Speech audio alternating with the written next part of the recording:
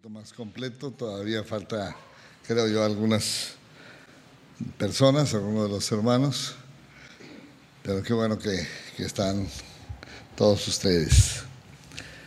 A lo mejor nos tardamos un poquito nada más con la pura introducción. Hay muchas cosas que decir respecto de esta carta, pero para iniciar pues vamos a leer el primer capítulo, aunque yo creo que es una carta pues más o menos chica. Yo no sé, ¿cuántos de ustedes han leído ya toda la carta a los Colosenses? ¿Quieren levantar su mano? Bueno, dos que tres no lo levantaron o no les di la mano, o les da pena porque no alcanzaron a leer bien. Ahorita no les voy a preguntar nada, así que no se preocupen. Es una carta cortita, pero muy rica en enseñanza y con muchas cosas muy preciosas y también con cuestiones muy parecidas a nuestros días. Vamos a leer el primer capítulo.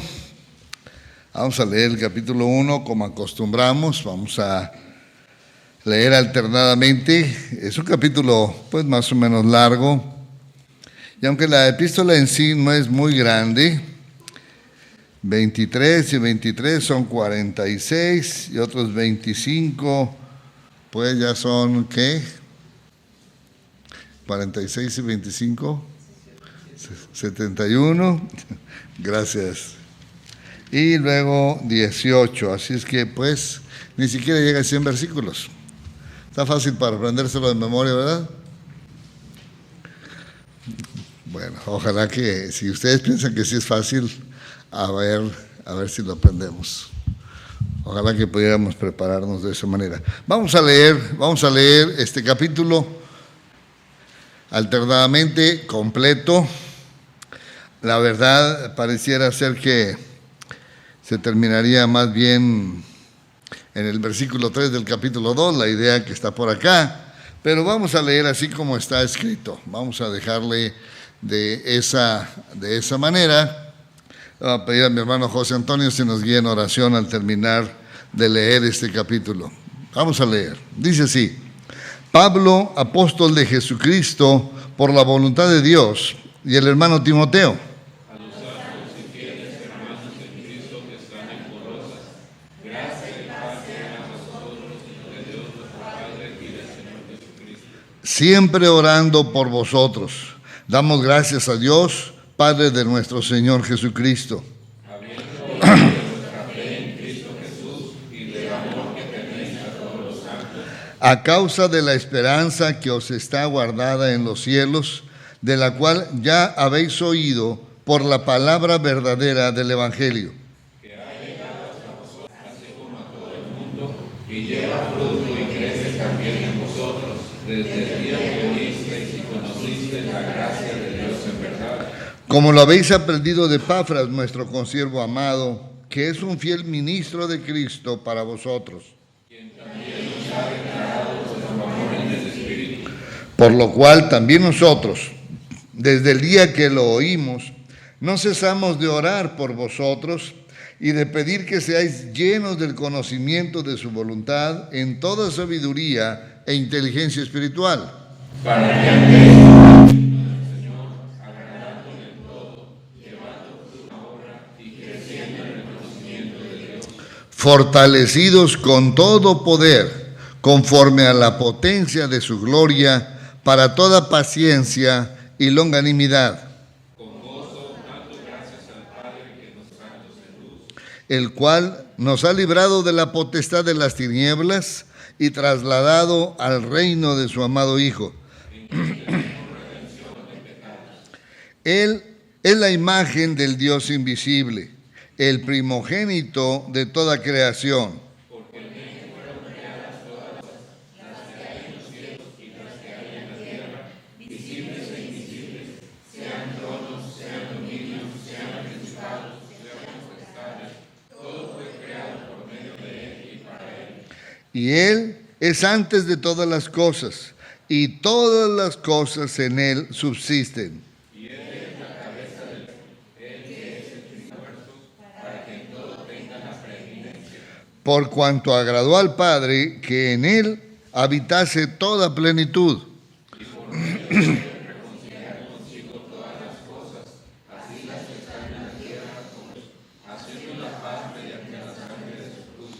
Y a vosotros también, que erais en otro tiempo extraños y enemigos en vuestra mente, haciendo malas obras, ahora os ha reconciliado.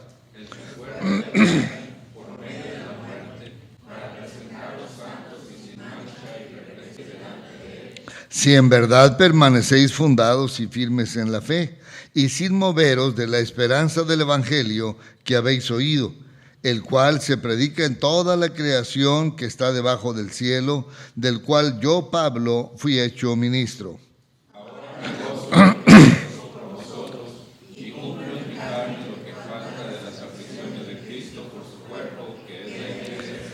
De la cual fui hecho ministro, según la administración de Dios que me fue dada para con vosotros, para que anuncie cumplidamente la palabra de Dios. El misterio que había estado oculto desde los siglos y edades, pero que ahora ha sido manifestado a sus santos, a quienes Dios quiso dar a conocer las riquezas de la gloria de este misterio entre los gentiles, que es Cristo en vosotros, la esperanza de gloria. A quien anunciamos a todo hombre y enseñando a todo hombre en toda sabiduría, a fin de presentar perfecto en Cristo Jesús a todo hombre. Para lo cual también trabajo, luchando según la potencia de Él, la cual actúa poderosamente en mí. Vamos a orar.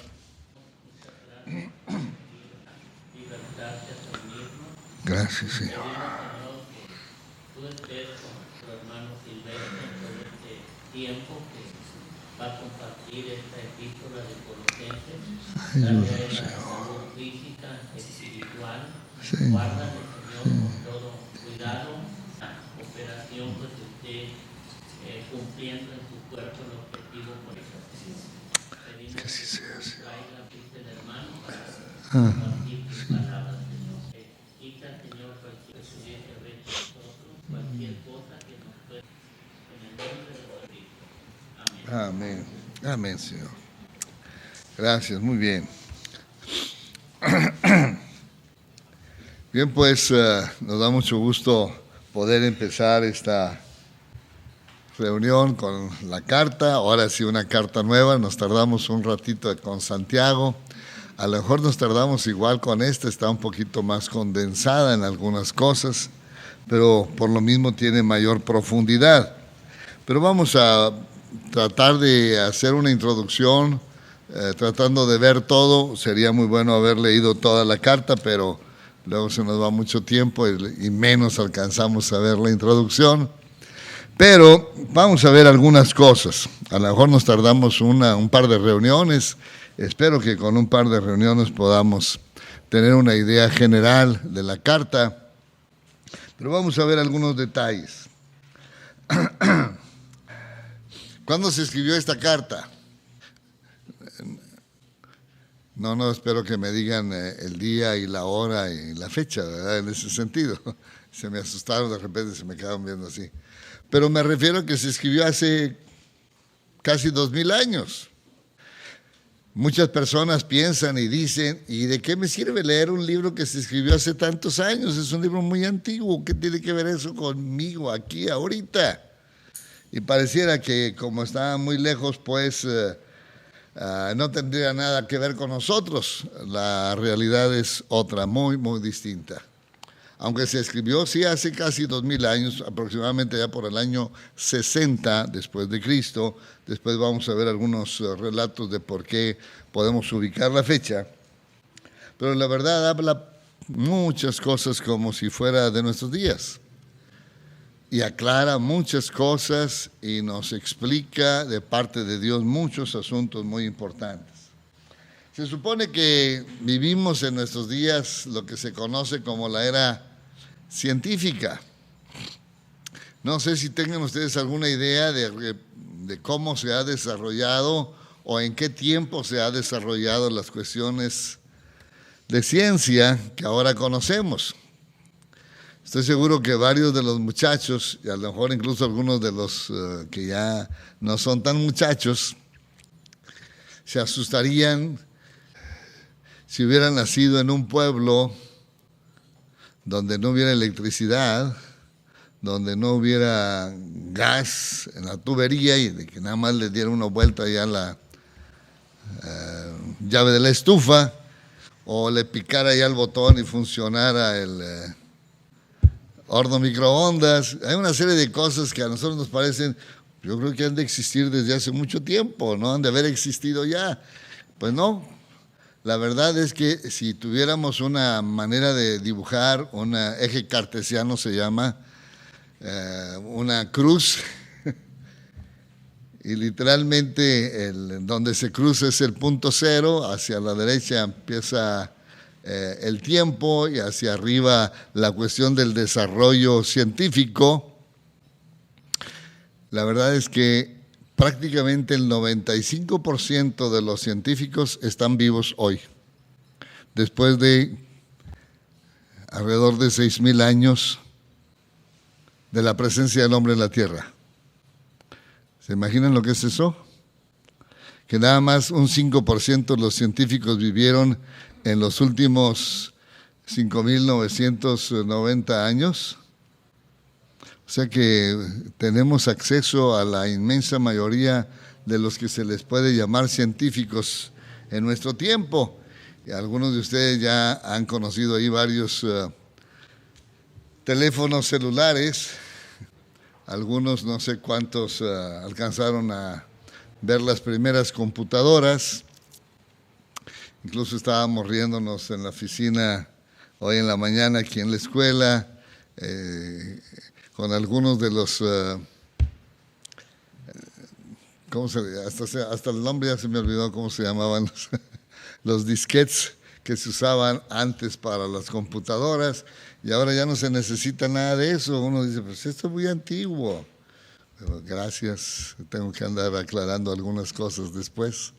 Pero la verdad es que es algo tremendo. Cuando yo estaba en la universidad, estudiando la carrera de Ingeniería Mecánica y Eléctrica, se necesitaba un salón un poco más grande, o tal vez más o menos como lo que es la administración, para tener una sola computadora.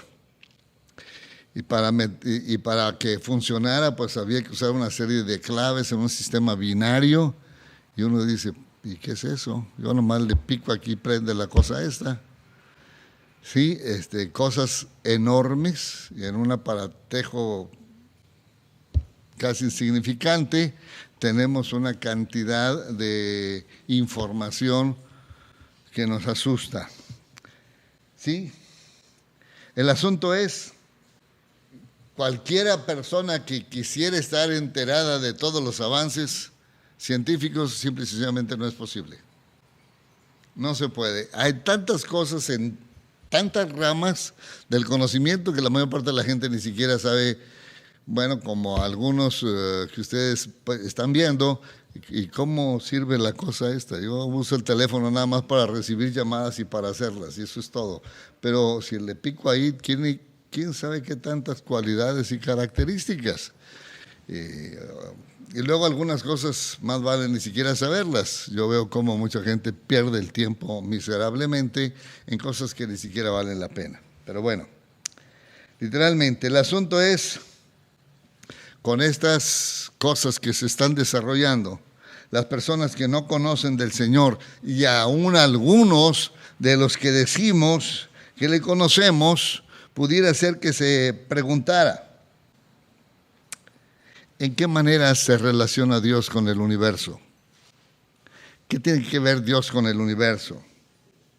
A lo mejor, y así han pensado y han establecido algunas personas, Dios es parte del universo, aunque nosotros hemos aprendido otra cosa.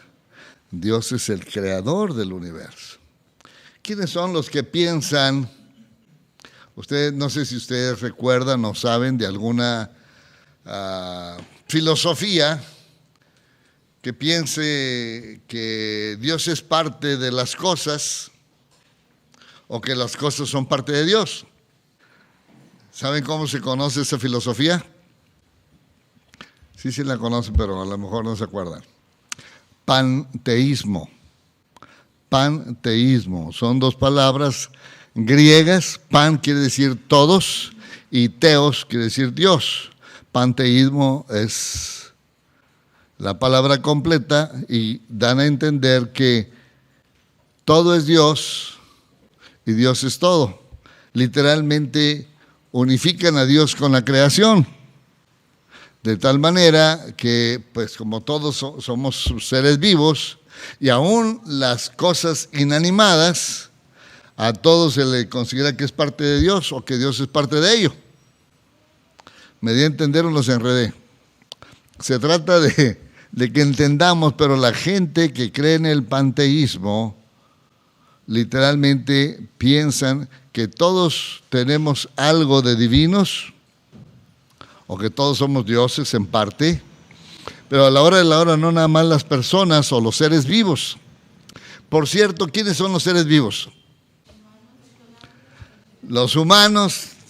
¿Y quiénes son los humanos, Prisi? ¿Mandé? Hombres y mujeres, no hay nada intermedio, por cierto. Habrá que decírselos a los de la Suprema Corte de Justicia de nuestra nación. Pero también, ¿cuáles son otros seres vivos? Las plantas y los animales.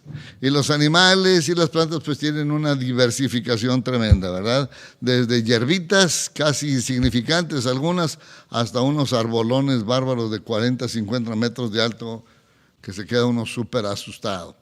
Y animales, pues también desde insectos, o en las diferentes variedades de peces o de moscos o de no sé qué tanta cosa. Y los panteístas creen que todos los seres vivos son Dios. Pero a la verdad, incluso creen que las piedras también es Dios. Esa es la teoría de lo que se conoce como panteísmo. Pero fíjese qué es lo que dice Colosenses 1:16. Vamos a meternos a la Biblia para ver así este panorama desde qué es lo que el apóstol Pablo trata y aclara, y nos vamos a ir relacionando con esto. Vamos a ver, ¿qué dice Colosenses 1:16? Aquí dice bien claro que absolutamente todo lo que existe fue creado por Él. ¿Y de quién está hablando? Bueno, está hablando del Señor Jesús. En el versículo 13 dice, el cual nos ha librado de la potestad de las tinieblas y trasladado al reino de su amado Hijo. Está hablando del Hijo, que enseguida dice, en Él tenemos redención por su sangre, el perdón de pecados. Él, el Hijo, es la imagen del Dios invisible, el primogénito de la creación. En Él fueron creadas todas las cosas que hay en los cielos, en la tierra, visibles e invisibles.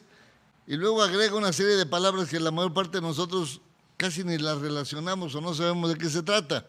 Pero para ustedes, ¿qué entienden cuando se menciona ahí tronos, dominios, principados, potestades? ¿De qué está hablando el apóstol Pablo?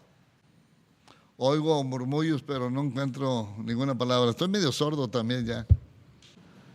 ¿De qué creen ustedes que está hablando? ¿De los gobiernos humanos? ¿Sí? Puede ser. No se preocupe, contesten sin miedo, no los voy a calificar, no voy a reprobar a nadie, así es que no hay problema. Estábamos en un salón de clases también. En la mañana aquí estaba la escuela.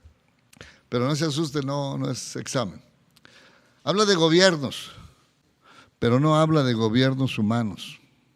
Literalmente está hablando de gobiernos relacionados con seres angelicales, buenos y malos. Está hablando de cierta categoría o jerarquización entre los ángeles fieles a Dios y los que no le fueron fieles a Dios. Pero dice él, todo fue creado por medio de Él y para Él. Está hablando del Señor Jesús. Vamos a ver una serie de cosas muy interesantes con respecto a esto. Lo vamos a estar viendo a la hora de estudiar este libro.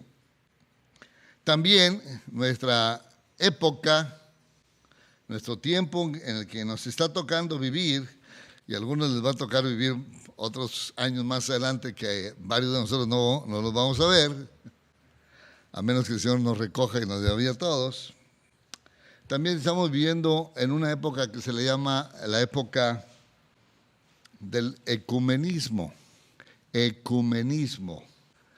¿Sí saben lo que quiere decir eso? ¿Con qué tendrá que ver? Literalmente tiene que ver con la idea de muchas personas de unificar a las religiones del mundo. Unificar las religiones del mundo. Se trata precisamente de que algunos piensan, por cierto, no nada más cuestiones religiosas, también políticas, sociales. Otros tienen más el enfoque a cuestiones religiosas y pensaríamos que la mayor parte de la gente piensa en cuestiones de juntar a los católicos y a los protestantes. Son se supone, religiones más grandes.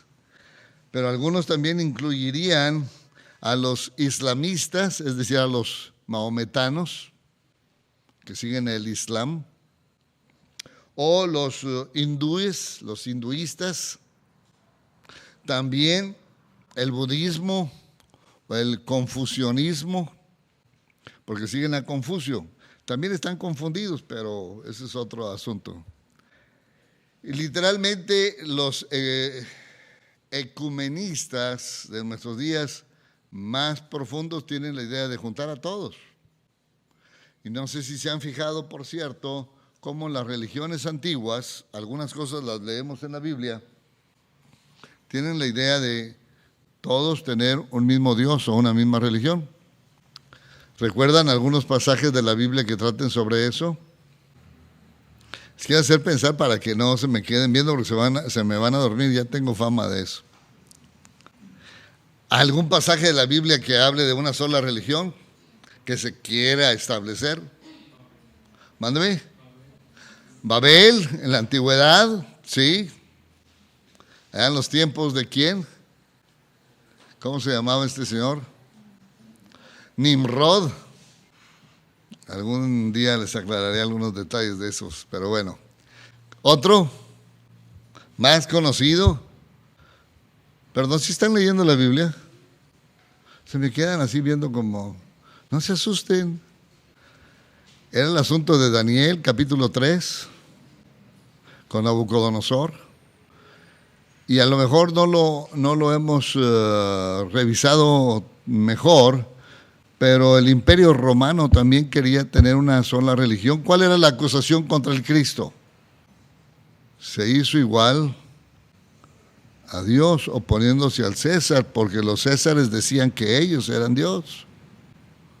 Y quisieron meter ese conflicto o ese problema ahí con Pilatos. De una o de otra manera, por cierto, eso se va a repetir, se va a querer repetir un poquito más adelante, pero déjenme decirles una verdad importante. No puede haber unidad real aparte de la verdad. No puede haber unidad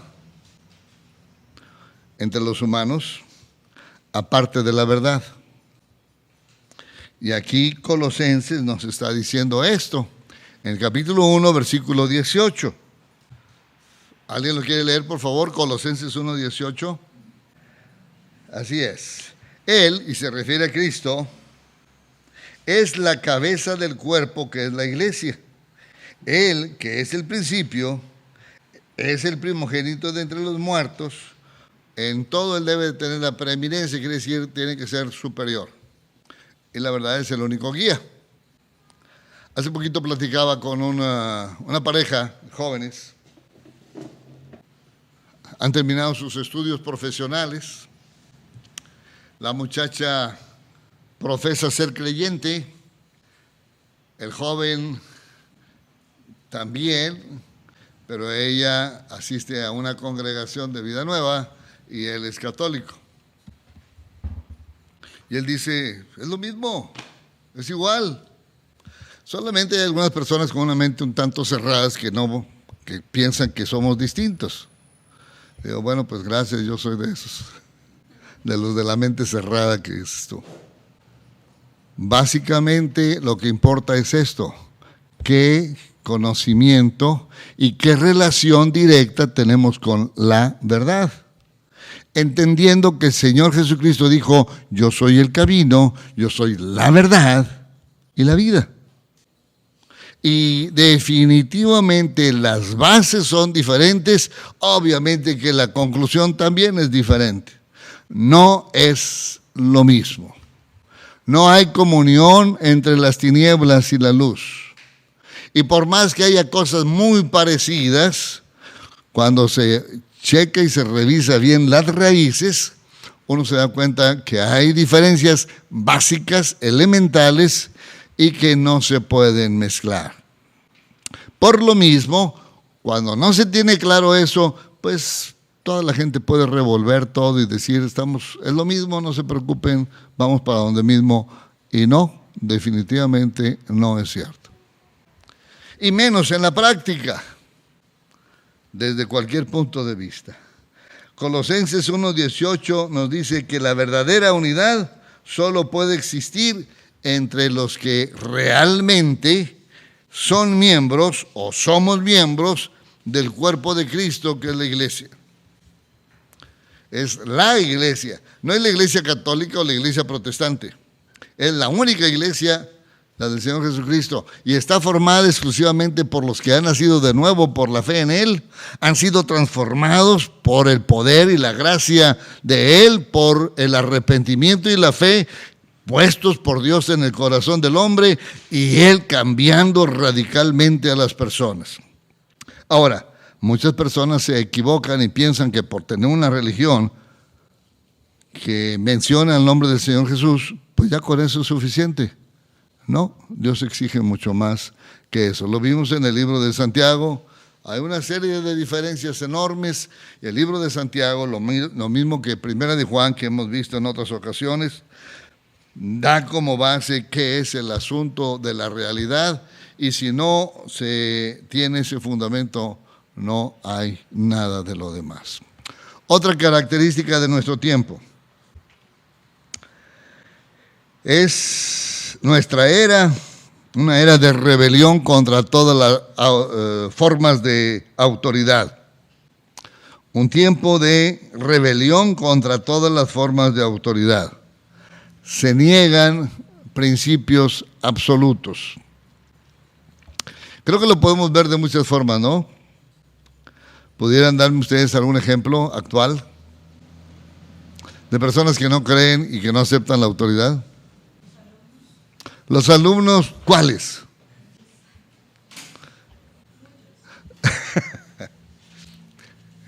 Cualquiera, la verdad.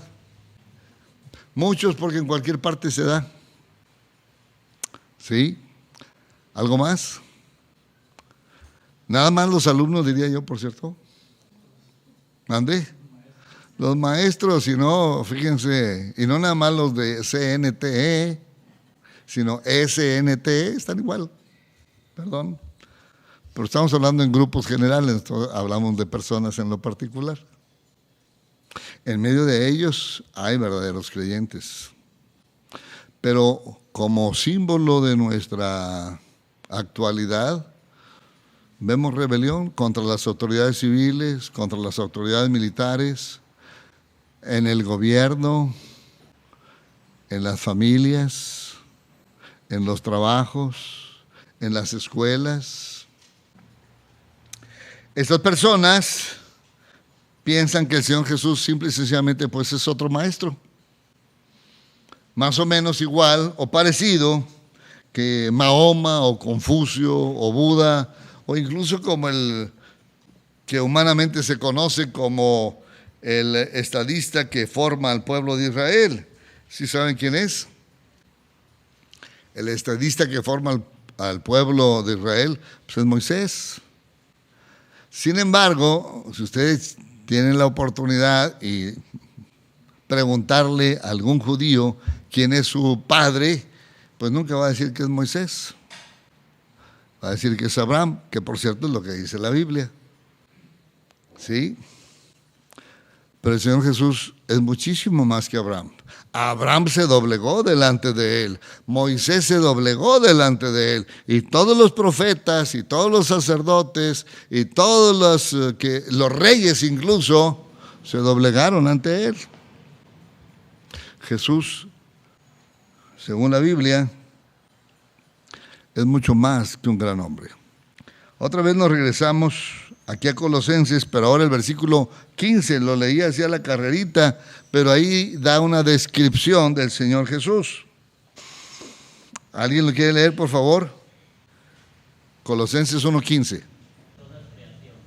Aquí literalmente dice que Jesucristo es Dios totalmente y hombre totalmente. Las dos cosas. Y por cierto son principios muy fuertes que el apóstol Pablo está estableciendo a los colosenses porque obviamente tenían problemas con eso. ¿Cuál es nuestro conocimiento y nuestra relación personal con Jesucristo, el verdadero Dios, verdadero hombre? De eso se trata. ¿Ok? Capítulo 2, versículos 9 y 10 también, por favor. Los vemos. Colosenses 2, 9 y 10. Estos dos versículos son bien claros y bien fuertes. Me refiero a los dos pasajes, es decir, el 1:15 y el 2, 9 y 10. Literalmente está diciendo lo que estábamos mencionando ahorita. En él habita corporalmente toda la plenitud de la deidad. Jesucristo, hombre, está identificándose y reconociéndose físicamente como un ser humano, pero también dice, en él habita corporalmente toda la plenitud de la deidad. Nada de lo que es Dios está fuera de Jesucristo. Por eso decimos que Jesucristo es verdadero Dios, 100% Dios, y verdadero hombre, 100% hombre. Y por cierto, hombre así con puras mayúsculas, no como cualquier hombre de los que estamos aquí, o todos juntos incluso. Porque nosotros somos hombres pero caídos. Y él es un hombre perfecto. ¿Sí? Hay otra que digamos manifestación de cómo es nuestra era o el tiempo en el que nos está tocando vivir. Aquí ahora la última parte del siglo XX, la primera parte del siglo XXI. ¿Algunos de ustedes nacieron en el siglo XXI? Pues allá las niñas Cantú, Peña, no sé si alguna de las niñas Castillo. Pues allá las otras niñas Cantú. Bueno, algunos nacimos hace un poquito más de tiempo. Pero una cuestión muy real en nuestros días es lo que se conoce como pragmatismo. Pragmatismo. ¿Qué significa ser pragmático? Otros, para no emproblemarse con vocabulario, dicen, es una persona muy práctica. Y según las personas prácticas, lo que les importa es qué funciona. ¿Qué es lo que funciona? No se trata de saber si es verdadero o no, nada más qué funciona. Hay muchas cosas que se pueden mencionar en esto, no me voy a tardar mucho, pero ¿qué piensan ustedes de la hechicería? ¿Será cierta? Sí funciona. Entonces es cierta, ¿no? Y si es cierta, pues ya para qué batallamos. Con que funcione. Y luego, pues, ¿saben quiénes son la mayor parte de las personas que se dedican a estas dos cosas que voy a mencionar? Aunque la verdad hay de todos. Las personas que más tienen que ver con ese tipo de cosas que funcionan, que se le conoce como hechicería, son dos profesiones.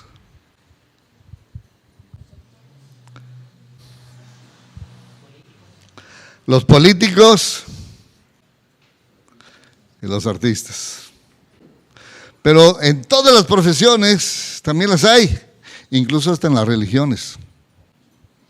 ¿Sí se han fijado? ¿No recuerdan pasajes de la Biblia de magos, de exorcistas que no eran creyentes? Incluso eran sacerdotes judíos, según lo que dice el pasaje de Hechos. Sí. Incluso hay pastores que creen en ese tipo de cosas. Me estoy refiriendo a pastores protestantes. Obviamente sacerdotes católicos. El Vaticano está lleno de hechicería, al 100%. Mucho más de lo que nos imaginamos. El asunto no es si es verdad o no es verdad, es ¿funciona? Y si funciona, para la mayor parte de la gente eso es lo importante. Y sirve para todo. Y tienen muchas formas de manejar ese tipo de cosas. Deuteronomio capítulo 18, Moisés, guiado por Dios, habla de personas, agoreros, adivinos, hechiceros, sortílegos, que creen en la necromancia, cuestiones de lo que se conoce como mancias, cartomancia, luego se me olvidan algunas de las palabras, pero se mencionan ahí como 8 o 10 cosas. Funcionan. Una buena parte de eso son puros cuentos, son puras mentiras, sí es cierto, pero hay algo que es real. Y las Sagradas Escrituras dicen que cuando es real, es cuestión de demonios. Y sí son reales, sí funcionan. También traen consecuencias que también funcionan las consecuencias. Pero finalmente el asunto es, ¿el cristianismo funciona? ¿Ustedes qué creen? La verdad yo creo firmemente esto, hermanos. Sí, el cristianismo funciona. Y funciona porque la verdad, el verdadero cristianismo cambia las vidas. Vamos a ver algunos pasajes de la Biblia que demuestran esto. Vamos a ver cuando menos aquí unas 4 cosas donde se manifiesta cómo el Evangelio actúa poderosamente. Las preguntas serían, ¿Cristo cambia vidas? ¿Puede dar gozo y paz? ¿Da significado, esperanza y propósito? Sí. A toda la respuesta es sí, y aquí están los versículos. Vamos a ver. Colosenses 1:22. Ya lo leímos algunas cosas en este capítulo, vamos a seguir haciéndolo, pero en capítulo 1, 2 y 3 vamos a ver varias cosas. Vamos a ver Colosenses 1:22, vamos a ver Colosenses 2, 6 y 7, vamos a ver Colosenses 2:10 y Colosenses 3:3. Obviamente, tanto el capítulo 3 como el capítulo 4 hablan de muchas cosas donde se manifiesta toda la respuesta a estas preguntas que hemos hecho. Vamos a ver qué dice Colosenses 1:22. ¿Qué es lo que hace Cristo en la persona que confía en Él? Nos presenta santos, sin mancha, irreprensibles, lo que quiere decir que sí, Cristo cambia vidas. Y las cambia para bien. Satanás también las cambia, pero para el otro lado, para mal, para condenación. Vamos a ver también, dijimos, Colosenses 2, 6 y 7. Caminando con el Señor Jesucristo, esta es la realidad. Conocerlo a Él trae estabilidad a nuestra vida y nos hace agradecidos. ¿Cristo ha cambiado tu vida? ¿Cristo te da estabilidad? ¿Cristo te da el ser agradecido? Vale la pena que nos lo preguntemos para que no nos conformemos nada más con lo de afuera y lo superficial. Se necesita vida. Y ustedes y yo nos hemos dado cuenta al paso del tiempo que personas que profesan salen realmente después en la experiencia de la vida diaria si realmente se está siguiendo al Señor Jesús o solamente eran palabras bonitas, cosas que nada más están en la lengua y en los labios, pero que no están en el corazón.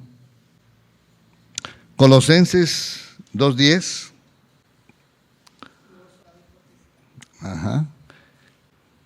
¿Qué significará eso? Vosotros estáis completos en Él. La inmensa mayoría de la gente en nuestros días piensa que si tiene dinero, entonces está completa.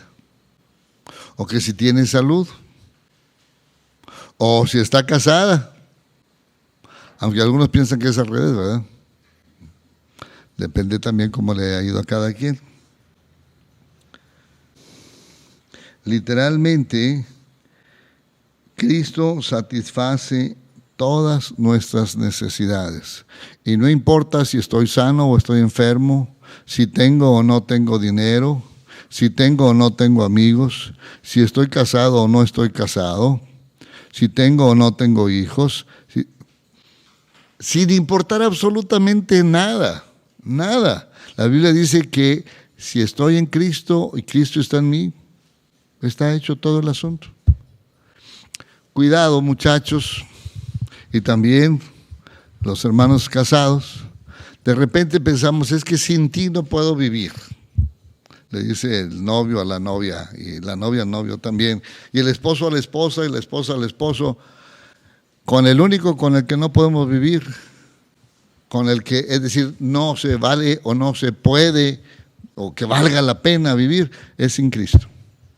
Si lo tengo a Él, tengo todo lo demás. Si no lo tengo a Él, aunque tenga todo lo demás, no hay nada que satisfaga, no hay nada que realmente le dé sentido y realidad a nuestra vida. Cristo satisface absolutamente todas nuestras necesidades. No nos falta absolutamente nada si lo tenemos a Él. Por último, vamos a ver, dijimos Colosenses 3:3.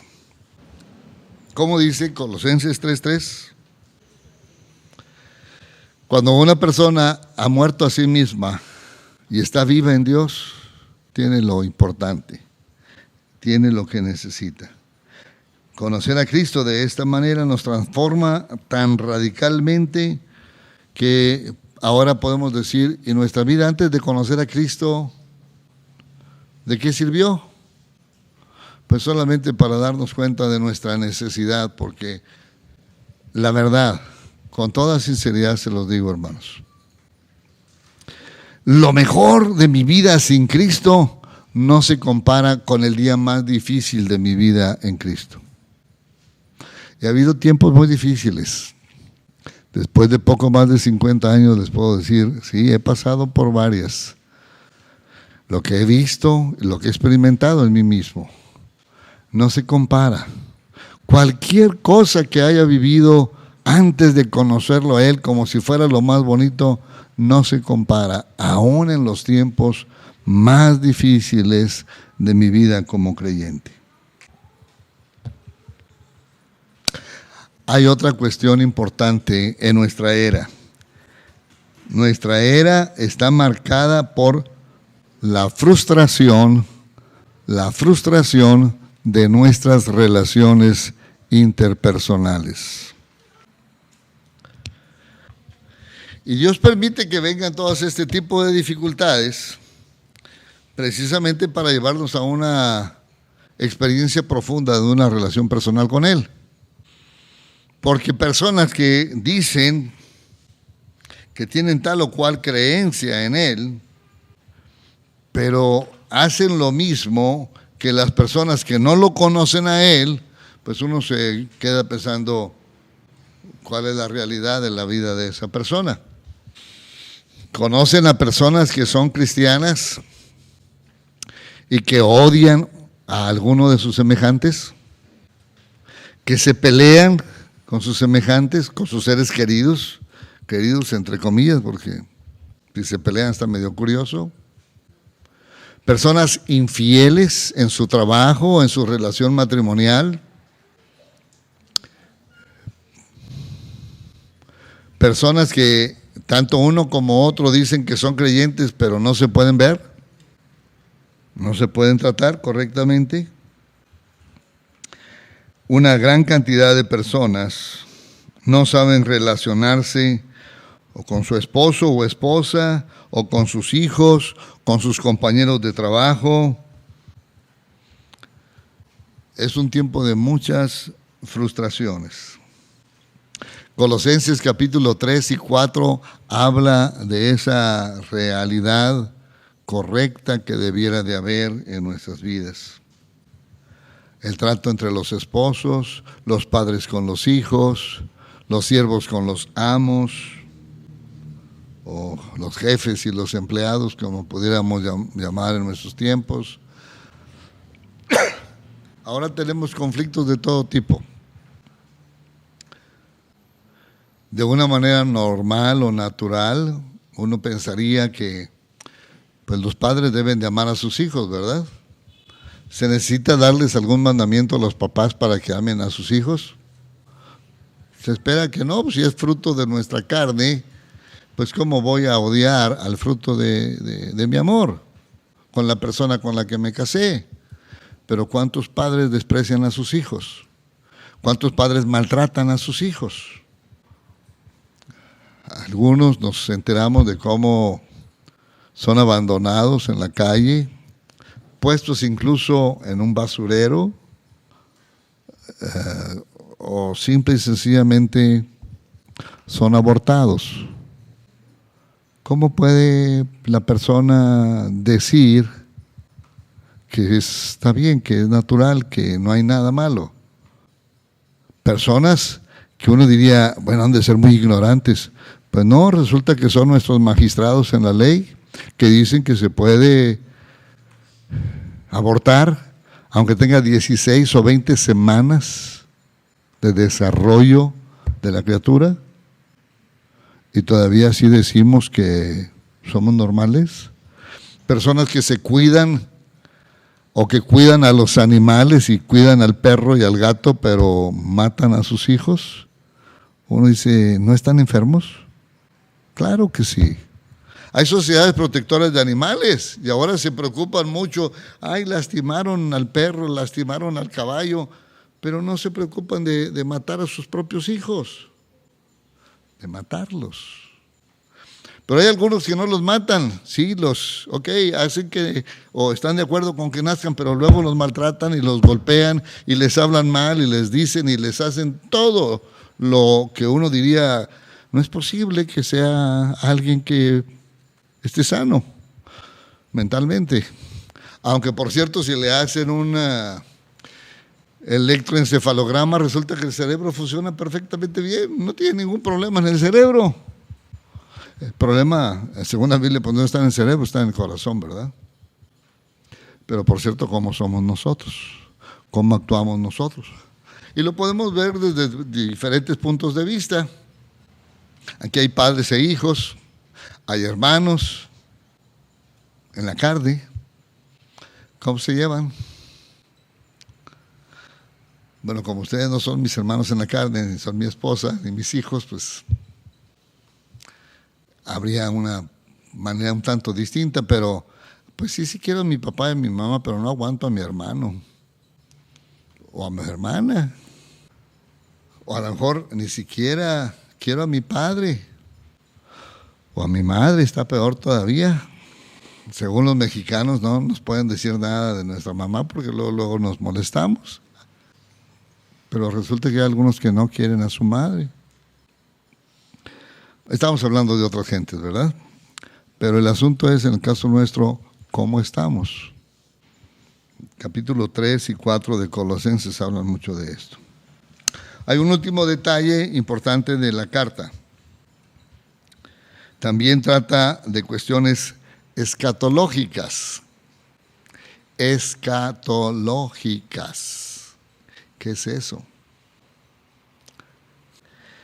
escatológica, perdón, estoy pensando en el chiste y en la broma y ya enredé las cosas.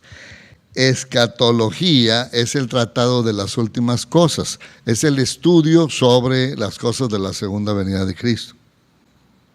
Pero algún hermano me preguntó algunos detalles que no tienen nada que ver con esto, pero bromeando alguien dijo, no es escatología, sino estacología. Era una cuestión con respecto a los tacos, es otra cosa. Vivimos, ustedes han oído de esto, una buena parte de ustedes, bueno, pues todos yo creo aquí, nacimos bajo esta situación. Estaba yo recién nacido cuando Estados Unidos dejó caer dos bombas en Japón, en 1945. Todavía no cumplía yo un año, yo soy del 44, y murieron más de 100,000 en una sola estallido de una sola bomba allá en Hiroshima y después en Nagasaki igual. Una sola bomba, diríamos un solo balazo, pero grandotote, mató a 100,000 personas. Muchos nada más con la pura radiación. Prácticamente se deshicieron los cuerpos. Amenazas de guerra, de desastre ambiental, armas químicas, armas pues ya con cuestiones atómicas o moleculares, neutrones y cosas de ese tipo. Desde ese tiempo ya se sabe y se tiene mucho temor de que pudiera ser una situación de ese tipo que acabe con la vida del hombre. Esta era no, así con mayúsculas, no va a culminar con el desastre nuclear o ambiental. Esta era va a terminar con el regreso del Señor Jesús. Eso es lo que dice Colosenses capítulo 3, verso 4. Desde hace casi 2000 años nos lo están avisando. Colosenses 3, versículo 4. Y también dice qué es lo que va a pasar con los creyentes cuando eso suceda. ¿Quiere leer Colosenses 3, verso 4? Ajá. Cuando Cristo, vuestra vida, se manifieste, entonces vosotros también seréis manifestados con Él en gloria. Yo no sé si tenían miedo. A veces yo pienso, ¿qué tan lejos está McAllen o Laredo de Monterrey? ¿Saben ustedes cuántos kilómetros hay de aquí a Laredo? O a McAllen. O lo más cerca es aquí, Roma, Texas. ¿Sí saben cuántos kilómetros hay? Se han ido a Laredo, ¿verdad? Hay 230. Mi amigo va cada 10, 15 días, ¿no? 228 kilómetros es lo que dicen ahí los mapas, pero depende a qué lado del pueblo vaya y de dónde salga uno. ¿Sí? Y más o menos Reynosa está igual o lo que está más cerca es Roma. Pero si a cualquiera de los enemigos de Estados Unidos se equivoca tantito y mandan una bomba para Laredo o Reynosa y se va un poquito más para el sur, pues nos agarran a nosotros fácil, bien y bonito. No sé si alguna vez han tenido temor de que, o alguna vez han soñado de que les va, de que estalló una bomba cerquita. Pues, como 10,000 kilómetros, los de largo alcance. Hay algunos cortitos, pero hay algunos sí de 10,000 kilómetros. Pues sí, si se desvían tantito nos dan aquí, ¿verdad? Rápido. Pero no se preocupen, no vamos a acabar así. Espero que el domingo nadie vaya a decir, estuve soñando el jueves en la noche. Con esto quiero decir un panorama más o menos amplio de lo que estamos por ver en el libro o en la carta a los Colosenses. No sé si hay alguna pregunta con respecto a esto. ¿Estamos de acuerdo con lo que hemos visto? ¿Ok? Bueno, vamos a ver 2, 3 detalles un poquito más prácticos y más rápidos. Bueno, no más práctico, que eso está difícil. ¿Quién fue el autor? Pues ahí dice luego en el capítulo 1, verso 1, Pablo, apóstol de Jesucristo, por la voluntad de Dios, y el hermano Timoteo. Por cierto que nunca se considera que fue Timoteo el que escribió, fue Pablo el que escribió la carta, o cuando menos por voluntad personal de él, que él es el apóstol, no es Timoteo, pero Timoteo estaba acompañándolo y también pues como trabajaban juntos para el Señor, pues lo menciona como un hermano en la fe cercano a él.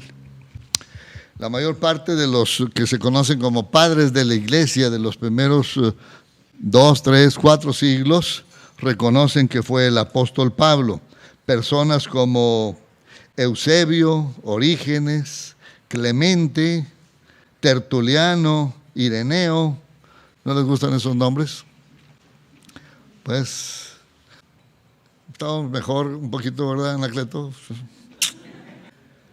Son personajes que se conocen. Déjenme darles un detalle nada más si alguno tiene alguna inquietud o curiosidad por ese tipo de cosas, pero en los primeros siglos del cristianismo se conocen algunos personajes que fueron muy influyentes en la vida de muchas gentes y se le conoce como la patrística o los padres de la iglesia.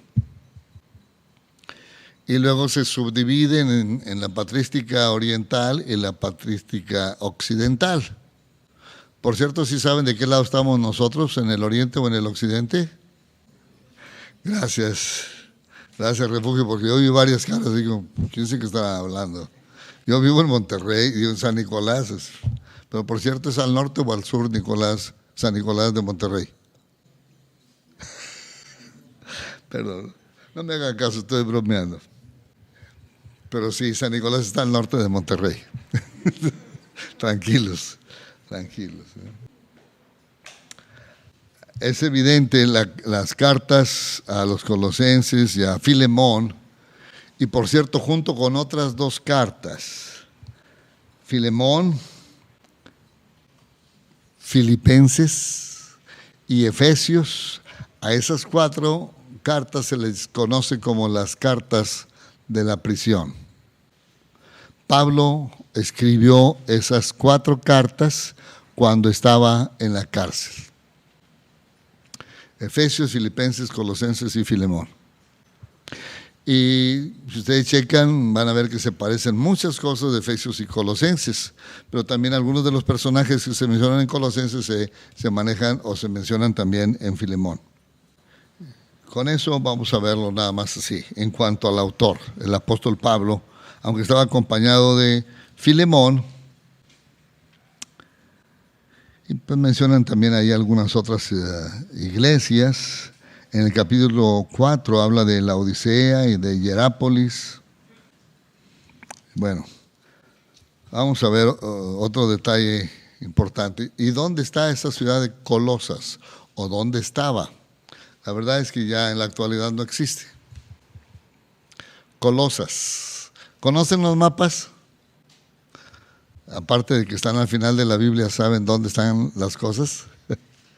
A mí me atrae mucho la cuestión de la historia y la geografía. Y no sé si se han fijado, pero también las cosas son muy diferentes, o ve uno y percibe cosas muy distintas dependiendo de dónde esté viviendo. ¿Será lo mismo vivir, por decir una cosa, en el puerto de Veracruz, a vivir en Toluca? Por cierto, ¿cómo es Toluca y cómo es Veracruz? A lo mejor algunos de ustedes no lo conocen. Bueno, el puerto de Veracruz pues, es un puerto de mar y está pues a nivel del mar. Pero Toluca está a 2.300, 2.400 metros sobre el nivel del mar. Veracruz es caliente y húmedo. Toluca es frío, híjoles, pero tremendo. Y no sé si se han fijado cómo los toluqueños normalmente, aunque no nada más ellos, aunque estén morenos, siempre tienen la piel sonrosada. Los veracruzanos nunca los van a ver así. nomás están morenitos, bien quemaditos por el sol. Pero allá en el norte, es decir, en el norte, en lo alto, ¿no? Toluca no está en el norte, cuando menos no está en el norte de la República Mexicana, está al norte de Guatemala, pero luego tiene uno que ubicar dónde está. Colosas está a 160 kilómetros al oriente de Éfeso. Si conocen los mapas, si quieren verlos por ahí, si tienen sus Biblias, no nos vamos a tardar mucho, nada más para ubicar esto. Ahí en el mapa donde están los viajes del apóstol Pablo. En esos mapas están, pues obviamente, de dónde salía y a dónde llegaba el apóstol Pablo, que es lo que se conoce como Palestina o el Estado de Israel. Hacia el norte y un poquito al occidente está lo que en nuestros días se llama Turquía. Y en Turquía había una serie de provincias que se llaman Cilicia, Capadocia, Ponto, Galacia, Bitinia, Frigia, Licia, Panfilia y también Asia. Literalmente esa porción es una como Asia Menor, así se le conocía antes. Y todos esos lugares que acabo de mencionarles, que fue a donde el apóstol Pablo fue en su primer viaje misionero, en nuestros días se conoce como Turquía. Y la religión dominante en Turquía, ¿sí saben cuál es ahorita? Musulmanes. Pero hubo un tiempo en que la inmensa mayoría de la gente de allí eran cristianos, cristianos verdaderos. Ahora los cristianos no llegan ni al 1% de la población de Turquía. Algo triste, doloroso, pero recuerden aquellas palabras que el Señor Jesús le dictó al apóstol Juan en Apocalipsis capítulo 2. Los primeros versículos es la carta a la ciudad de Éfeso. Éfeso era una ciudad importante en aquellos tiempos y yo creo que no batallan en ubicar a Éfeso, está más o menos ahí en el extremo occidental de lo que sería esa península asiática. Éfeso era una ciudad importante, ahí el apóstol Pablo pasó 3 años, vamos a ver a algo un poquito más adelante, y Colosas está a 160 kilómetros hacia el oriente de Éfeso, que está al oriente de Monterrey. ¿Ok? Bueno, ¿qué es pero yo me refería, yo quería lo más lejos hacia el oriente de Monterrey, ¿qué es lo que tenemos? Reynosa y Matamoros, aunque literalmente es noreste. Pero el norte está para allá y el este está para allá, entonces sería más o menos así. ¿Ok? Laredo está más al norte y en medio de Laredo y Reynosa está Roma. Pero todavía, no sé si se han fijado, cuando va uno a Reynosa y viene uno de regreso, bueno, cuando uno va temprano en la mañana, le da el sol de frente. Y se regresa uno en la tarde, le da el sol de frente. Precisamente por eso, porque está para el oriente, el sol sale por el oriente y se mete por el poniente, aunque es un poquito más al norte de Monterrey, por eso se conoce como noreste. ¿Ok? En Éfeso, hacia el oriente, si uno en la mañana quería caminar hacia Colosas, tenía que ver dónde está el sol y caminar hacia el sol, hacia el oriente, pero eran 160 kilómetros. Ahorita Reynosa también está más o menos a 220, 230 kilómetros de Monterrey y pues, bueno, dependiendo del pie y del carro de cada quien, pues en un par de horas está ahí. ¿Cuánto te tardas, Martín, en llegar a Laredo? Ya, con eso es suficiente. Habrá que decirle a Elizabeth, Martín llega en un par de horas, y son 230 kilómetros, yo sé que hay que cruzar las ciudades. Chequen la velocidad en la carretera. Y no pregunten cuánto me tardo yo, por favor. Iba a decir Elizabeth, no, está bien, no hay ningún problema con Martín. Bueno, el asunto es nada más para ubicar. Colosas está hacia el oriente de Éfeso. Bien, ¿dónde se escribió? dónde se escribió la carta a los colosenses, que ya dijimos que se escribió junto con la carta a los Efesios, la carta a los Filipenses y la carta a Filemón. Recientemente oía algo, ya no me acuerdo de qué estaban hablando, si de Filipos o Colosas, y para decir desde dónde se escribió la carta. No sé si a ustedes les parezca importante, pero a mí me parece que sí es muy importante desde dónde se escribió, qué circunstancias tenía la persona que está escribiendo y qué circunstancias tenían las personas que recibieron la carta. De eso se tratan las cartas, ¿no? Aunque, bueno, antes, cuando yo era niño, se usaba mucho lo de las cartas. Ahora, pues aunque se habla de correos, pues ya no, ni sabe uno dónde está cada cosa. Y no importa, porque es cuestión de aplastarle al aparatito ese, que se llama computadora o iPad, o hay quién sabe qué tantos hay por ahí. Y simple y sencillamente ponen la dirección y le pican ahí, ya lo tiene el otro, casi instantáneamente, ¿sí? Las cartas en aquellos tiempos se tardaban semanas o meses en llegar, porque habría que cruzar a pie. Y por ejemplo, sí, de Éfeso a Colosas había 160 kilómetros, pero de Éfeso a Roma hay 1,600 kilómetros. Cambian las cosas. Y a veces también algunos había que cruzar por el mar. Entonces llevar una carta y no había servicio postal, aéreo, nada más era terrestre, aunque algunas veces pues a lo mejor pudiera ser anfibio, parte en tierra, parte en el agua. No era tan fácil llevar cartas, no muchas personas podían escribir. No cualquiera podía hacer una carta porque se necesitaban ciertos materiales y, bueno, había una serie de cosas que luego a nosotros se nos hacen muy raras porque vivimos en un tiempo muy diferente como el que les estaba viendo, pero les voy a decir así rápido. Se puede pensar en 3 lugares que podían ser los lugares desde donde se escribió la carta.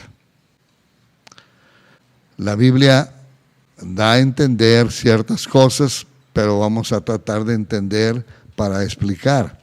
Pero Pablo la Biblia nos dice que estuvo en varias cárceles. Estuvo en Cesarea, estuvo en Filipos y estuvo en Roma en la cárcel.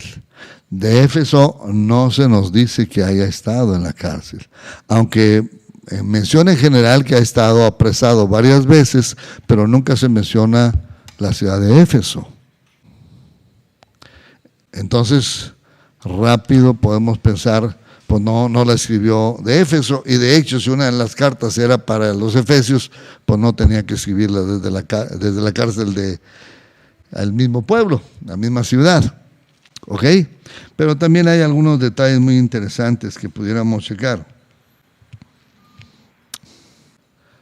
Hay detalles, no quiero verlo con mucho énfasis porque hay mucho que pudiéramos platicar y es algo más o menos superficial, pero se pudiera pensar en Cesarea, donde Pablo estuvo 2 años en cárcel, cuando estuvo en el templo para una ceremonia judía, después de haber entregado una ofrenda a los creyentes de la iglesia para ayudar a los hermanos necesitados. Pablo fue al templo y pasó por una ceremonia de purificación. Se menciona esto allá en el libro de Hechos de los Apóstoles, capítulo 24, creo. De hecho, muchas veces, ¿cuántos de ustedes se han bautizado? De los que se han bautizado, ¿se acuerdan? ¿Sí se acuerdan que se bautizaron? Bueno, ok. Me refiero ya como cristianos. En Hechos capítulo 24 se menciona el testimonio del apóstol Pablo. Luego en el capítulo 26 también. Lo digo porque en nuestros estudios de bautismo siempre usamos ese pasaje para animar a los hermanos a que escriban su testimonio en base a lo que Pablo escribió por ahí. Pero en el capítulo 22 y 23 se nos dice cómo fue el apóstol Pablo, bueno, desde el 21, fue a Jerusalén y allá fue aprendido, estaban a punto de matarlo los judíos en el templo, que lo vieron precisamente cumpliendo esa ceremonia. Según el capítulo 21, verso 27, cuando estaban por cumplirse los 7 días, unos judíos de Asia, donde estaba Colosas y Éfeso, al verle en el templo, alborotaron a toda la multitud y le echaron mano, dando voces: varones israelitas, ayudad, este es el hombre que por todas partes enseña a todos contra el pueblo, contra la ley, contra este lugar, y además de esto ha metido griegos en el templo, ha profanado este santo lugar, etcétera, etcétera. Lo acusan y literalmente pues están a punto de matarlo.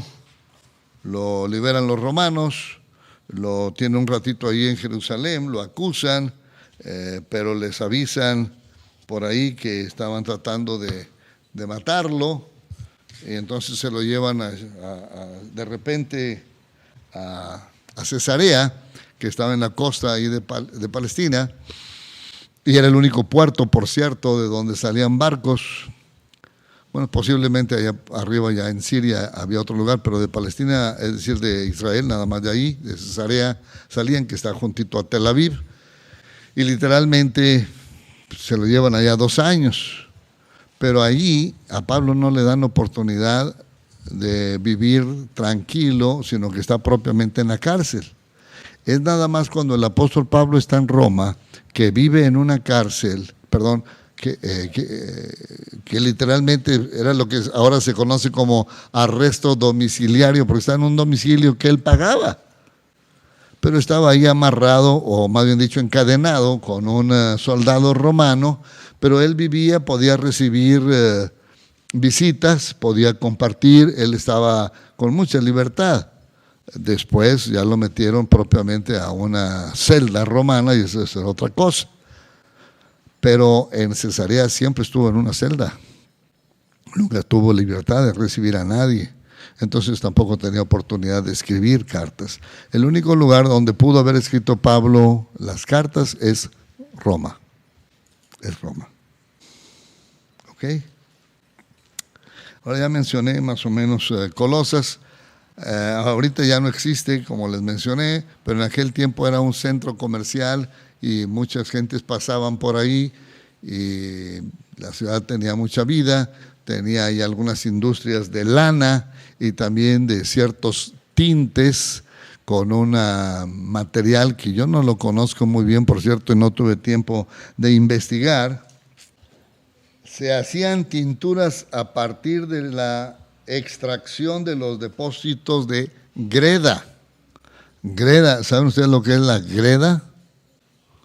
Bueno, ahí se los encargo de tarea porque yo no sé ni siquiera dónde buscar información para eso. Pero literalmente se supone que es un material mineral y que de ahí se podían hacer algunas tinturas o pinturas de ciertos colores. La otra cosa importante de Colosas era que la población era en su gran mayoría gentiles, pero había un grupo de judíos que vivían ahí desde tiempos antiguos. Poco más de 200 años antes de Cristo, había un gobernante de esas mismas regiones, Antíoco Epífanes, que desterró a muchos judíos a ese lugar. Entonces había un grupo de judíos que ya tenían ahí una muy buena cantidad de años de estar viviendo ahí en Colosas. Entonces, es importante saber esto por lo siguiente: los gentiles tienen cierta manera de pensar y ciertas creencias, y los judíos también tienen su propia manera de pensar y sus propias creencias. Y la carta va a tratar cosas tanto para uno como para otros, porque había creyentes que su origen era la gentilidad, eran paganos. Se ve muy bonito la palabra gentil, pero ya hemos aclarado que quiere decir idólatra, pagano, es lo que quiere decir gentil en la Biblia, y los judíos pues eran muy religiosos, aunque no conocían al verdadero Dios, porque aunque tuvieran buena religión, mientras ellos no tuvieran una relación personal con el Señor, estaban perdidos. ¿Ok? Ese es Colosas. Otra cosa interesante de Colosas, vamos a ver Hechos capítulo 19, Hechos capítulo 19, verso 10. En Hechos capítulo 19 se nos relata el trabajo del apóstol Pablo desde la ciudad de Éfeso. Y nos vamos a encontrar cosas así muy interesantes, pero déjenme, les digo qué versículos.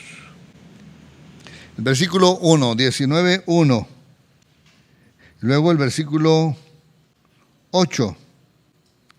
Y luego vamos a ver, 9 y 10 también, 8, 9 y 10. Vamos a ver esos pasajes. Hechos 19:1, para ubicar dónde está el apóstol Pablo y ver qué es lo que hizo y a cuántas personas alcanzó. Y esto también tiene en la práctica efectos muy, muy bonitos. ¿Cómo dice Efesios 19:1, 8, 9 y 10? ¿Alguien lo quiere leer, por favor? Sí, hasta ahí, sí, pero vamos a hacer una separación. Ahí nos dice dónde está el apóstol Pablo. En Éfeso. El que estaba en Corinto era Apolos, pero Pablo, después de recorrer las regiones superiores, es decir, el norte de lo que ahora es Turquía, vino a Éfeso, que está más o menos a la mitad del territorio, en el sentido norte-sur, y muy al occidente, casi pues en la playa enfrente de Grecia, y por cierto, Turquía es parte de Asia y Grecia es parte de Europa. ¿Ok? Entonces Pablo está aquí en Éfeso, y luego en el versículo 8, 9 y 10 nos da detalles de qué fue el trabajo que hizo. Por favor, Betty, nos damos cuenta qué es lo que podemos entender de qué es lo que sucede en cada ciudad y qué sucedió algunas cosas, y ahorita vamos a ver algún detalle.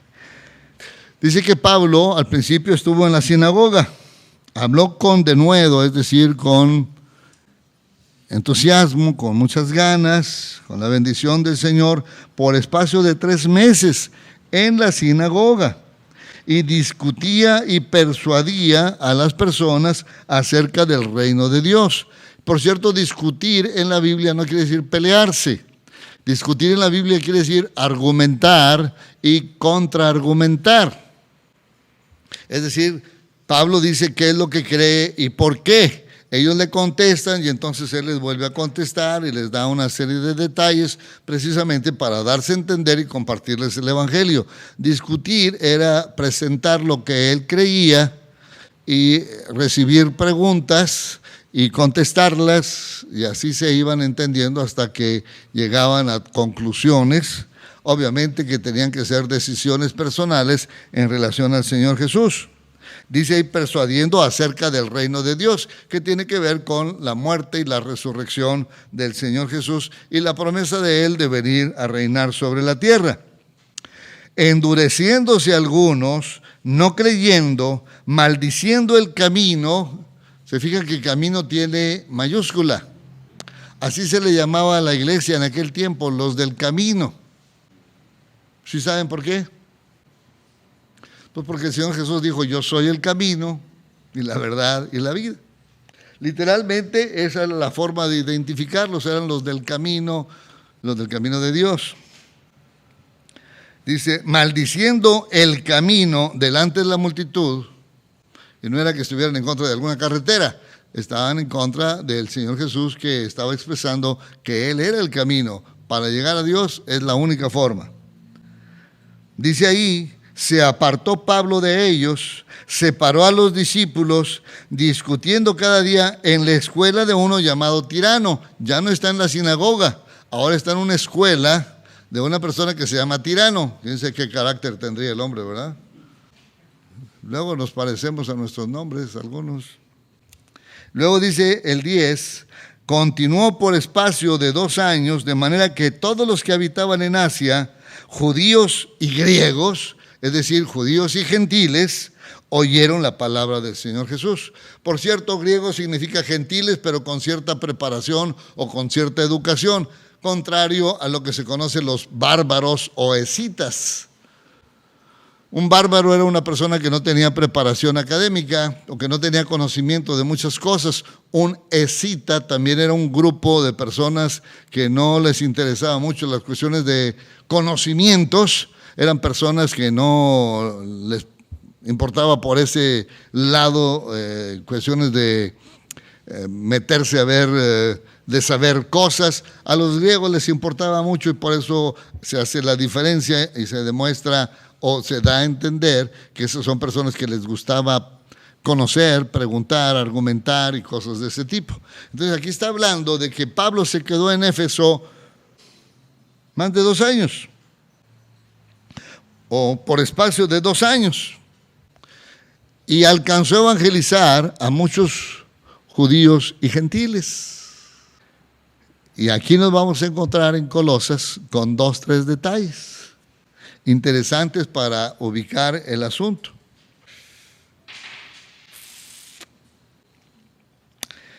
En capítulo 1, versículo 29 y capítulo 2, versículo 1 nos dice algo muy interesante de Pablo en relación a la ciudad, al pueblo de Colosas. ¿Qué es lo que dice? ¿Alguien lo quiere leer, por favor? ¿Cómo dice Colosenses 1:29? 2:1. Pablo les está mandando una carta a gentes que él no conoce, que él no los había visto, ni ellos lo habían visto a él. Pero está hablando de trabajo fuerte que está haciendo a favor de ellos sin verlo. ¿Ustedes creen que se puede hacer eso? Literalmente sí. ¿En qué manera se puede trabajar por una persona que no me conoce o que yo no la conozco a ella? Orando especialmente, pero también mandando esta carta. Y dice aquí, por cierto, las palabras después las estudiaremos una por una, nos vamos a encontrar con cosas muy, muy preciosas. Por lo cual también trabajo, luchando según la potencia de Él, la cual, esa potencia, actúa poderosamente en mí. Pablo está trabajando para los colosenses, aunque no los conoce, ni ellos lo conocen a él. Y también les dice, quiero que sepan cuán gran lucha sostengo por vosotros. Y aunque estuvieran a cientos o miles de kilómetros, si la verdad es que se escribió desde Roma, está a 1600 kilómetros. De Éfeso, habría que agregarle otros 160 kilómetros, 1760 para llegar a Colosas. Desde allá Pablo estaba trabajando a favor de ellos, dice ahí, con una gran lucha. Y esto es algo muy fuerte en la realidad, en la experiencia física del apóstol Pablo, orando por los creyentes de allá, por todos los que están en la Odisea, que estaban más lejos, por cierto, y por todos los que nunca han visto mi rostro. No se conocían, pero Pablo estaba trabajando a favor de ellos. ¿Cómo fue que empezó nuestro trabajo aquí en Monterrey? ¿Saben ustedes? ¿Tienen un poquito de historia? ¿Les interesa saber? Se lo voy a decir así rápido, no se preocupen. Lo que yo sé, por más que hay algunas personas que en la actualidad dicen otra cosa, pero mi padre en la fe nació en un pueblo que se llama Dewey, D-E-W-E-Y, Dewey, casi en la frontera con Canadá, en el estado de Dakota del Norte. Nació por allá por octubre de 1914. De hecho, nació el 23 de octubre. Cuando él tiene alrededor de unos 30 años, un poquito menos, él acepta a Cristo a través de un ministro luterano de nombre Walden Hedman, Walden con W-A-L-D-E-N, Walden Hedman, el nombre cabeza, aunque Walden es un nombre alemán. varios años después, eso fue cuando él, les digo, estaba por cumplir 30 años. 14 más 30 serían 44, un poquito antes, más allá, más o menos en el 39, en el año 39 fue cuando Emilio conoció al Señor Jesús. Tenía 25, 26 años más o menos. Un par de años después entra la Segunda Guerra Mundial. Estados Unidos se mete a la Segunda Guerra Mundial. Originalmente el pleito no era con ellos, pero después ellos se meten. Les gusta mucho meterse en las guerras. Él se mete al ejército. Termina su labor en el ejército en el 45, cuando estábamos hablando de las bombas atómicas que les mencionaba ahorita. En el año 44 él se casa, sigue en Estados Unidos un tiempo trabajando en varios grupos juveniles en toda la Unión Americana. En 1949 se viene a vivir a México, Distrito Federal. Se queda por allá en el Distrito Federal y empieza a trabajar en el sur de la República Mexicana, especialmente en Chiapas, Oaxaca y también en el estado de Morelos, y una buena parte del tiempo ahí mismo en el Distrito Federal. Hacía viajes a Puebla, a Guadalajara y a Monterrey. En 1954 él viene aquí a Monterrey, comparte el evangelio en una iglesia evangélica aquí en Monterrey, y una persona aceptó a Cristo con él, de nombre, es una mujer, profesora y casi licenciada. Estuvo hasta quinto año en la Facultad de Leyes, en aquel año, en el 56, 57 más o menos. Es maestra de profesión, por cierto, se graduó en el 49 precisamente. Mariluz de la Garza es maestra de la normal básica. Bueno, en aquel tiempo nomás era la Miguel F. Martínez. En 1960, en el verano, se viene a vivir aquí a Monterrey. Por ese tiempo, Mariluz empezó un grupo de jóvenes, alumnos de ella en la secundaria, también algunos contactos de ella, de maestros o contactos de la normal y también de la Facultad de Leyes. Emilio dejó Dakota del Norte, acepta a Cristo en Boston, se vino a residir un tiempo, estuvo viviendo un tiempo en Illinois, en Chicago, y también, por cierto, su esposa es del estado de Illinois, y luego se vino a vivir a Dallas, Texas. Los dos hijos mayores de Emilio son de Chicago, el tercero es de Dallas, y luego se viene a vivir en México, y los demás hijos ya son mexicanos, o nacieron en México cuando menos. Uno nació en Monterrey, los demás nacieron en el DF, son 6 hombres y una mujer. El último de los hombres es el que nació aquí en Monterrey en 1961. ¿Ya hicieron cálculos? Es lo que tiene Nathan Andrew. En octubre precisamente cumple 42. No, 52. Qué viejo está. El asunto es que desde muy lejos el Señor lo trajo para predicar el Evangelio. Aquí en Monterrey se ha estado predicando el Evangelio en medio de nosotros, con nuestro grupo, refiriéndonos a este hombre, pues desde ese tiempo. Aunque la persona que aceptó a Cristo con él en el 54 formaba parte de una iglesia, finalmente él viene y empieza un trabajo interdenominacional con jóvenes estudiantes. Y de en medio de nosotros ha salido gente que ha estado tiempo en España, en Colombia, en Costa Rica, obviamente aquí en México, en varios lugares, gente de aquí de Monterrey ha salido, pero hay algunas personas que conocen a Cristo aquí en Monterrey, pero son de otros lugares. Hay personas de Durango, hay personas de Tamaulipas, hay personas de Saltillo que aceptaron a Cristo aquí. Y ahora han salido de aquí para esos lugares que les he mencionado. De aquí mismo, el hermano Tilio Guerrero, pues él es originario de Tamaulipas, de Santa María la Floreña. No sé dónde queda Santa María la Floreña, pero así se llama el pueblo. Está un poquito antes de llegar a Ciudad Victoria. Y con familiares de él ha ido a compartir el Evangelio a Reynosa y allí se levantó el trabajo. ¿Pero dónde aceptó a Cristo Otilio? Aquí en Monterrey. Como también han salido hermanos a otros lugares. Eso es exactamente lo que sucedió con Colosas. Lo más, no se puede asegurar al 100%, pero lo más probable es que esto fue lo que sucedió.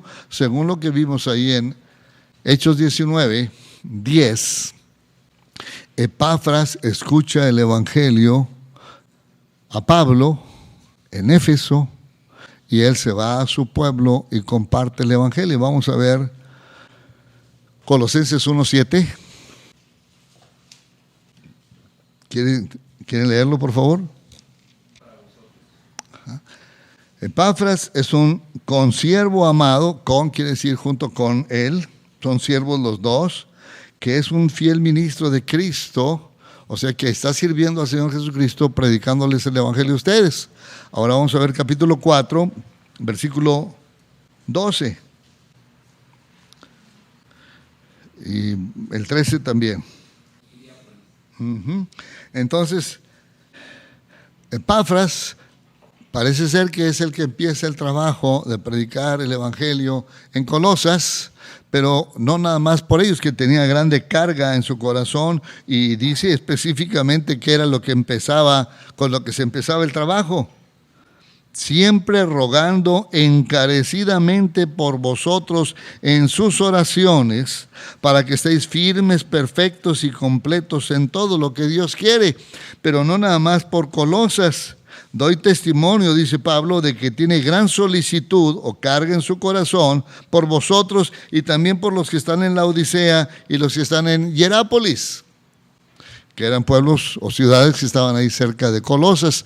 Aunque había oído el Evangelio a 160 kilómetros, había ido al lugar donde él había nacido y tenía sin duda conocidos o parientes o contactos a los que les está compartiendo tanto en Colosas como en la Odisea y en Hierápolis. Así empezó la iglesia en Colosas. Pablo no los conocía, ellos no lo conocían a él, pero Epafras, alguien que había aceptado a Cristo a través de Pablo y que era de ese pueblo, se regresó a hablarles a su gente. ¿Qué es lo que tú y yo debemos de hacer? Ahora, a lo mejor ustedes dicen, pues yo soy de aquí de Monterrey, no tengo que ir muy lejos para predicarle a mi familia. Bueno, pues qué bueno, los tienen cerquita, pero si tienes algún conocido, algún pariente de lejos, o algunos familiares que viven en otros lugares, como es el caso de Otilio, pues es una oportunidad preciosa para ir, o para ir allá al pueblo de mi hermano Anacleto, en el sur de la República, o a donde el Señor nos llame, así como llamó al hermano Emilio y dejó su trabajo allá en los Estados Unidos.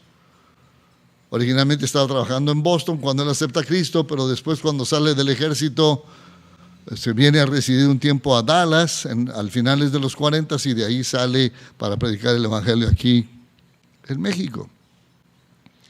Así se reproduce, así se comparte, así nacen las diferentes iglesias en los diferentes lugares, con personas que conocen al Señor Jesús de una manera personal y entonces pueden ser usadas por Dios para que otros conozcan al Señor Jesús.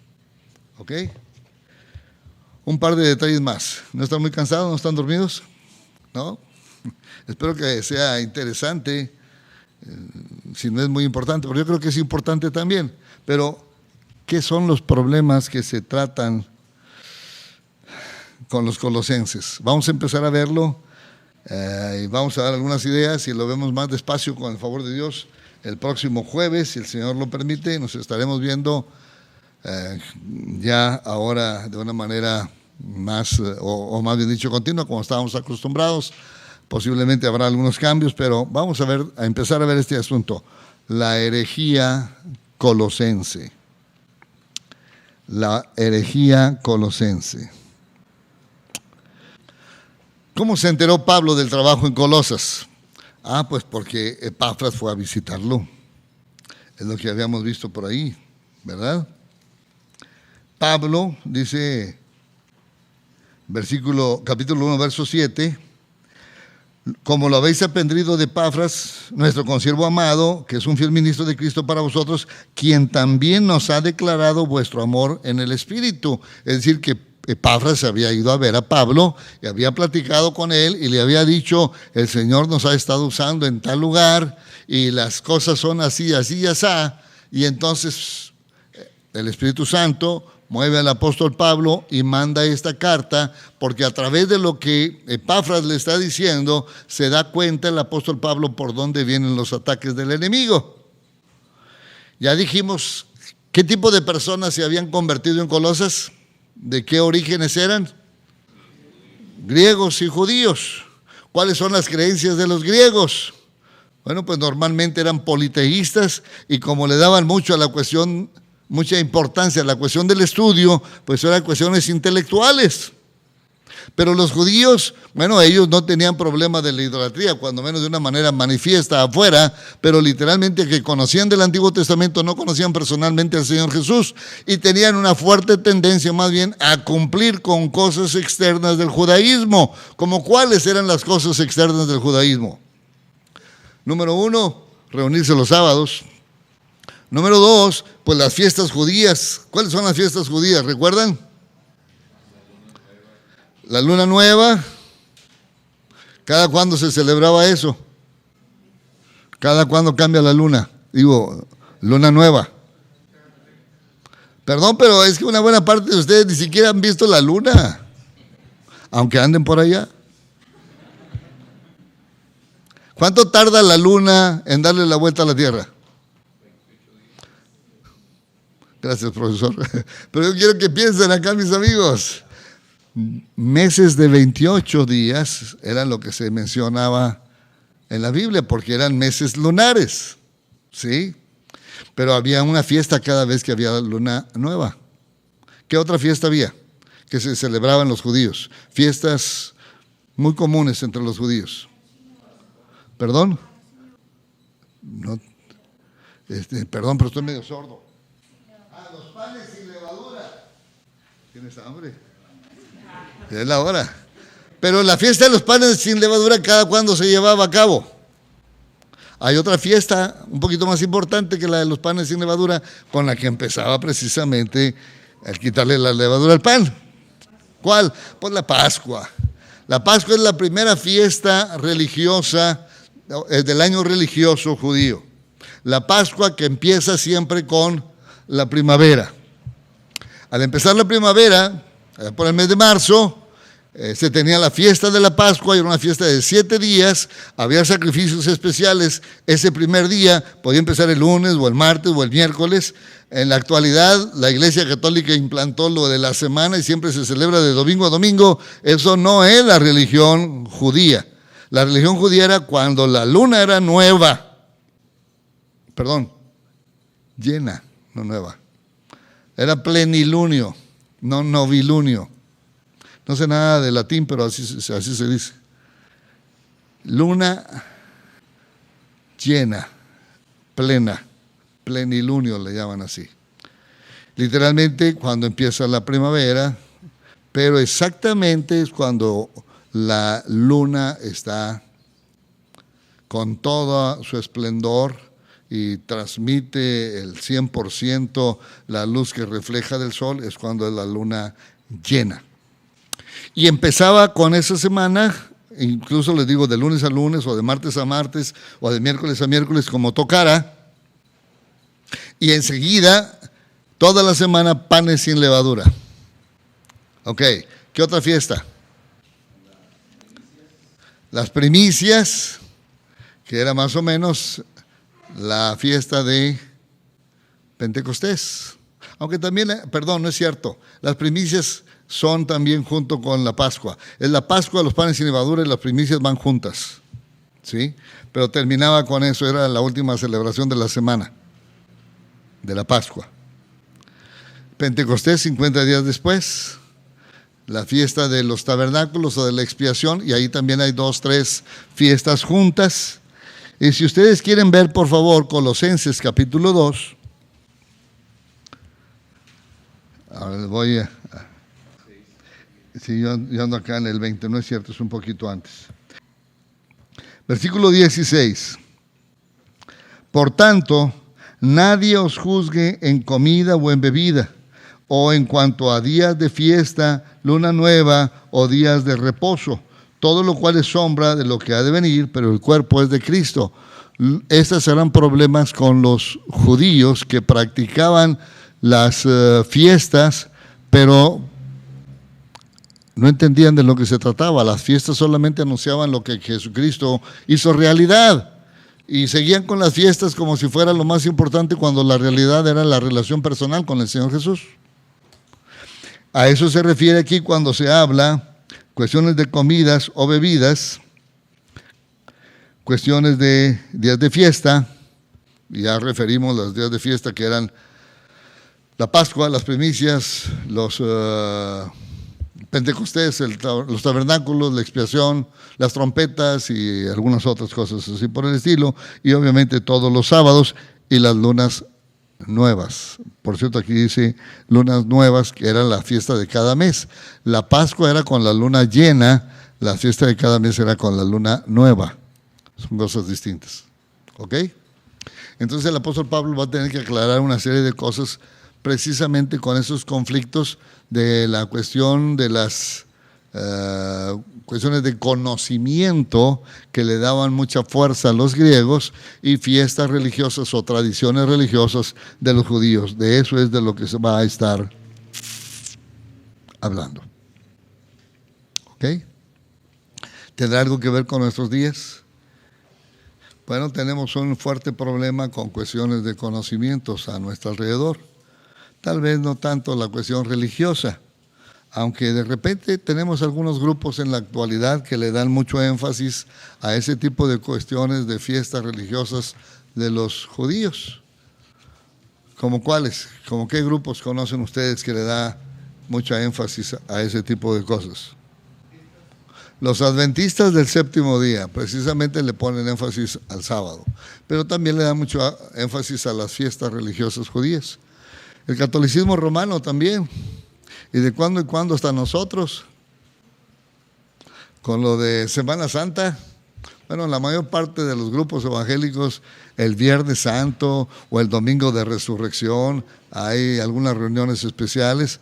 Otros con la fecha equivocada de la Navidad o el nacimiento del Señor Jesús. Es una fiesta que le dan mucho énfasis, aunque el Señor Jesús no nació en diciembre.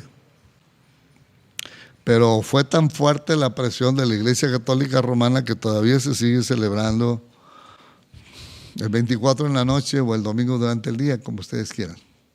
O el 6 de enero. ¿Sí? ¿Alguna pregunta? Bueno, les voy a pedir sí que le demos una leída completa o cada día a la epístola y que vengamos preparados. Todavía vamos a ver algunas otras cosas de la introducción. ¿Cómo qué? Déjenme les digo de una vez.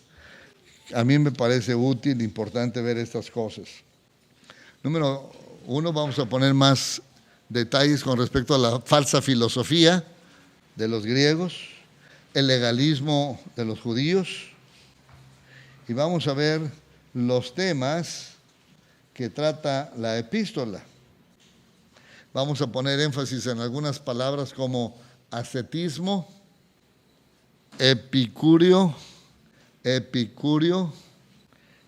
y estoicos. ¿Qué será eso?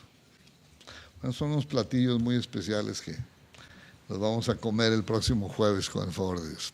No, son cuestiones de la filosofía griega. Ahorita vamos a explicar cómo algunos judíos tenían asuntos que ver con el ascetismo, que es el privarse de ciertas cuestiones de alimentación o prácticas en la vida diaria, y propiamente lo que es filosofía. Los estoicos era un grupo filosófico que ponía énfasis en abstenerse de muchas cosas, y los epicúreos estaban en el otro lado. Los epicúreos le daban énfasis en las palabras de nuestras gentes, de nuestros días, es darle vuelo a la hilacha. Vivían, para ellos lo más importante era el placer, placeres físicos, materiales. una desproporcionada carga en cuestiones de bebidas, comidas, relaciones con personas que no eran su esposa o su esposo, relaciones contrarias a lo que Dios había establecido, perversamente cuestiones de fornicación, religiosa incluso. Era la práctica de la religión griega, romana, egipcia, babilónica, todos son iguales, por cierto. Los mismos dioses, pero con nombres diferentes, pero con las mismas prácticas licenciosas o de libertinaje. ¿Ok?